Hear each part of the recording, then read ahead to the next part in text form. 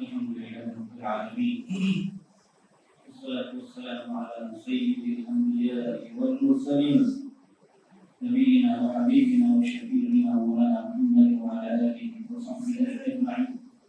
أعوذ بالله من الشيطان الرجيم. بسم الله الرحمن الرحيم. فطرة الله التي فطر الناس عليها لا تبديل لخلق الله ذلك الدين القيم ولكن أكثر الناس لا يعلمون. بزرگان محترم بھائیوں اور دوستوں، اللہ تبارک و تعالیٰ نے ہم سبوں پر سب سے بڑا انعام یہ فرمایا کہ ہمیں اسلام کی ایمان کی نعمت سے سرفراز فرمایا اور اپنے آخری نبی کی امت میں ہمیں پیدا فرمایا۔ یہ اس طرح کی عظیم ترین نعمت ہے، اس نعمت جس کا مماثل، جس کا برابر کوئی نعمت نہیں ہو سکتی۔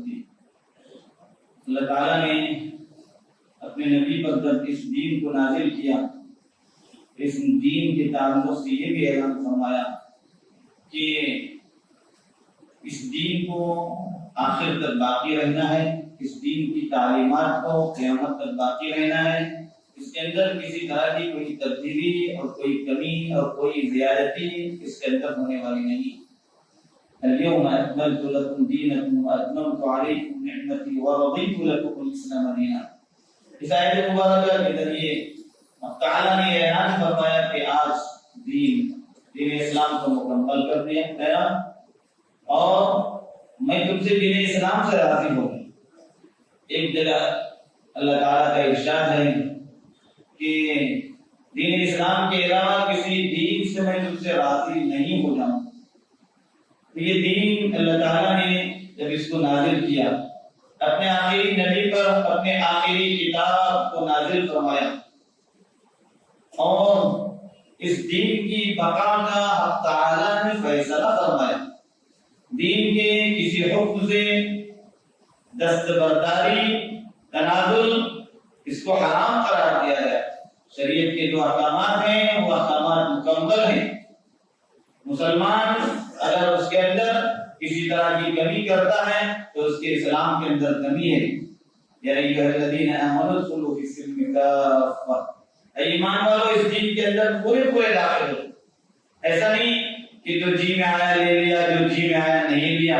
دین کی تعلیمات مکمل ہیں، دین کی تعلیمات پر مکمل طور پر عمل کرنا یہ تمام مسلمانوں کا فرض ہے۔ اور دنیا کے اندر جب بھی مسلمانوں نے اسلامی تعلیمات پر عمل کیا، اسلام کے احکامات کے مطابق انہوں نے زندگی گزاری، اللہ کی طرف سے ان کے لیے نوازشات کا اور مددوں کا سلسلہ جاری رہا۔ اللہ تعالیٰ کا وعدہ بھی ہے کہ دنیا کے اندر عزت و سرخروئی اور کامیابی صرف اور صرف انہی لوگوں کے لیے ہے، دنیا میں بھی آخرت میں بھی۔ وَلِلَّهِ الْعِزَّةُ وَلِرَسُولِهِ وَلِلْمُؤْمِنِينَ، اللہ کے لیے، اللہ کے رسول کے لیے اور اہل ایمان کے لیے عزت ہے۔ اللہ نے یہ فیصلہ کیا، اہل ایمان جب اپنے ایمان پر قائم رہیں گے، اپنے ایمان کے مطابق زندگی گزاریں گے، اللہ تعالیٰ کی طرف سے ان کے لیے مدد و نصرت کا فیصلہ اور ان کی ہر زمانے میں مدد کی گئی۔ نبی کریم صلی اللہ علیہ وآلہ وسلم کے زمانے میں مشرکین مکہ نے، کفار قریش نے، عرب کے قبائلوں میں، عرب کے مختلف قبیلوں میں اللہ کے نبی صلی اللہ علیہ وسلم کے اور اس لائے ہوئے دین کی مخالفت کی پرزور کوشش کی۔ مکمل جو ہے انہوں نے اس بات کی کوشش کی کہ یہ دین مٹ جائے، اس دین کے لانے والے مٹ جائیں، لیکن اللہ کا فیصلہ تھا کہ دین نہ مٹا اور دین کے مٹانے کا نام لینے والے مٹ گئے، وہ برے نام سے، برے القاب سے یاد کیے جانے لگے۔ آپ صلی اللہ علیہ وآلہ وسلم کی زندگی میں اور آپ کے بعد بھی اسلام کے پیروکاروں نے، اسلام پر عمل کرنے والوں نے اللہ تعالیٰ کے کلمے کو ہر جگہ بلند کیا اور اس دین پر عمل کرنے والوں نے قیصر و کسریٰ جیسی اپنے زمانے کی سپر پاور طاقتوں کو نیست و نابود کیا، جس کے متعلق کوئی سوچا بھی نہیں جا سکتا تھا۔ ہر زمانے کے اندر یہ معاملہ حق و باطل کا ہمیشہ سے رہا ہے، اور ہر زمانے کے اندر اللہ تعالیٰ نے اپنے دین پر عمل کرنے والوں کو اور شریعت کے مطابق چلنے والوں کو اللہ تعالیٰ نے کامیابی دی۔ جہاں پر جب بھی دین پر اور دینی شعائر پر حملہ کرنے کی کوشش کی گئی، اس کے مقابلے کے لیے ڈٹ کر کے جب لوگ کھڑے ہوئے، اللہ کی مدد آئی۔ جب بھی اسلام کو اور مسلمانوں کو دبانے کی کوشش کی گئی، اسلام اور ابھرا، دینی تعلیمات اور ابھری، ہر زمانے کے اندر یہ رہا ہے، اس لیے کہ اسلام کی فطرت میں قدرت نے لچک دی ہے۔ اتنا یہ ابھرے گا، جتنا یہ دباؤ گے، جتنا بھی اسلام کو دبایا جائے گا، اسلامی شعائر کو ختم کرنے کی کوشش کی جائے گی، اتنا یہ پھیلے گا، پھولے گا، اور دین جو ہے آخر تک، قیامت تک باقی رہے گا۔ یہ اللہ کا فیصلہ ہے، اللہ تعالیٰ نے اس دین کے مطابق یہ فیصلہ فرما دیا۔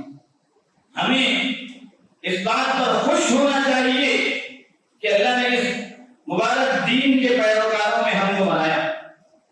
اگر ہم اس دین کے پیروکاروں میں سے نہیں ہوتے، پتہ نہیں اس درخت کے آگے جھک رہے ہوتے، اپنے ہاتھ سے بنائے گئے اس بت کو پوج رہے ہوتے، یا پھر اور کس کو ہم جو ہے اپنا معبود سمجھ رہے ہوتے۔ یہ اللہ کا کرم ہوا کہ اللہ تعالیٰ نے ہمیں اپنے اس دین کے ماننے والوں میں سے بنایا۔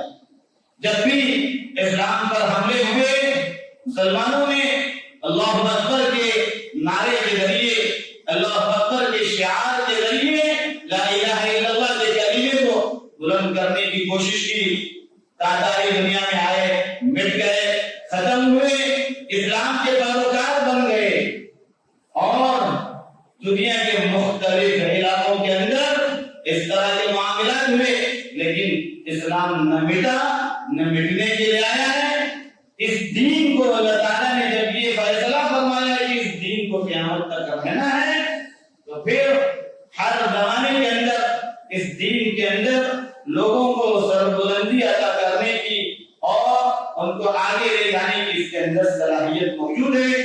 یہ ہماری بڑی نادانی اور بیوقوفی کی بات ہے کہ ہم ایسے موقعوں پر جس کو اسلامی تعلیمات پر چاروں طرف سے حملے ہو رہے، اسلامی تعلیمات کو مٹانے کی کوشش کی جا رہی ہو، ہم اپنے کھیلوں کے مقابلے قائم کریں، ہم ٹورنامنٹ پر ٹورنامنٹ منعقد کرتے جائیں، ہمارے نوجوان اس کے اندر اپنا وقت دے، ہمارے سرمایہ کار اور سرمایہ دار لوگ ان کی ہمت افزائی کھیلوں پر کرے۔ وہ اچھی طرح سے سوچ لیں، جن کھیلوں پر وہ اپنے پیسوں کو بہا رہے ہیں، کل قیامت کے دن اللہ کے حضور ان پیسوں کو ان کو جواب دینا پڑے گا کہ وہ اپنے نوجوانوں کے لیے ان کے کھیلوں کے مقابلوں کے لیے پیسے دے رہے ہیں، اپنے پیسوں کو خرچ کر رہے ہیں، اپنی دولت کو ان پر لٹا رہے ہیں۔ ان کی ہمت افزائی ایسے کاموں پر نہیں کی جاتی، ان کی ہمت افزائی ان لوگوں کے لیے کی جاتی ہے جو دین کے مقابلے کے لیے کھڑے ہو جاتے ہیں، جو اسلام کے مقابلے کے لیے کھڑے ہو جاتے ہیں۔ دین پر جب حق آتا ہے وہ کسی کی پرواہ نہیں کرتے۔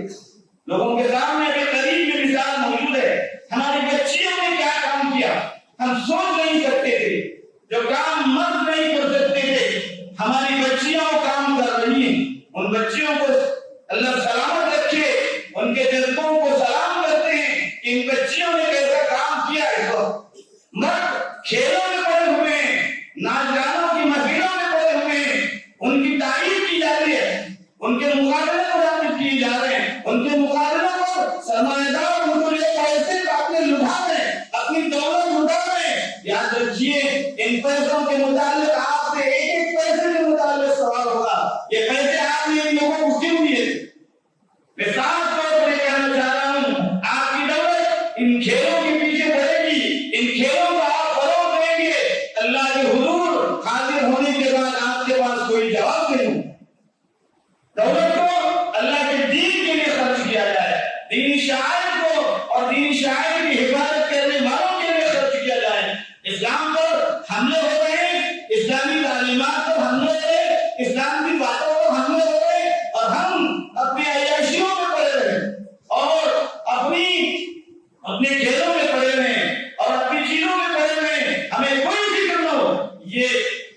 بے شرمی کی بات ہے.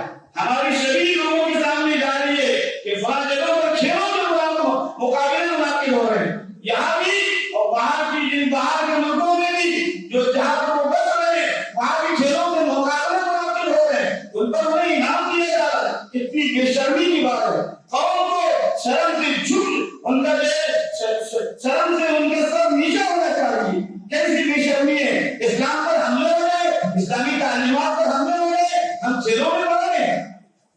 یاد رکھیے اسلام نہ مٹنے آیا ہے نہ مٹے گا. دنیا کی کوئی طاقت اس کو مٹا نہیں سکتی. یہ ہماری خوش قسمتی ہوگی ہم اسلام کے لیے اپنا سب کچھ قربان کر دیں.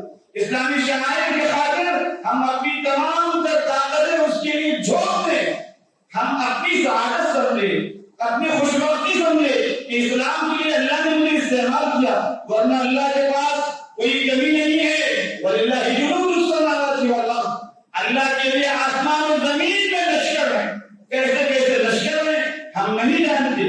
اگر ہم نے اسلام کے لیے اسلامی تعلیمات کو عام کرنے کے لیے اسلامی تعلیمات پر ایسے وقت میں قائم رہنے کے لیے جب اسلامی تعلیمات پر حملے ہو گئے ہوں ہم ڈٹ کر رہے, اللہ کی مدد آئے گی. اللہ نے ہر زمانے میں مدد کی ہے اور آئندہ بھی اللہ تعالیٰ مدد کرے گا. یہ اللہ کا وعدہ ہے کہ اللہ تعالیٰ ضرور و ضرور مدد کرے گا.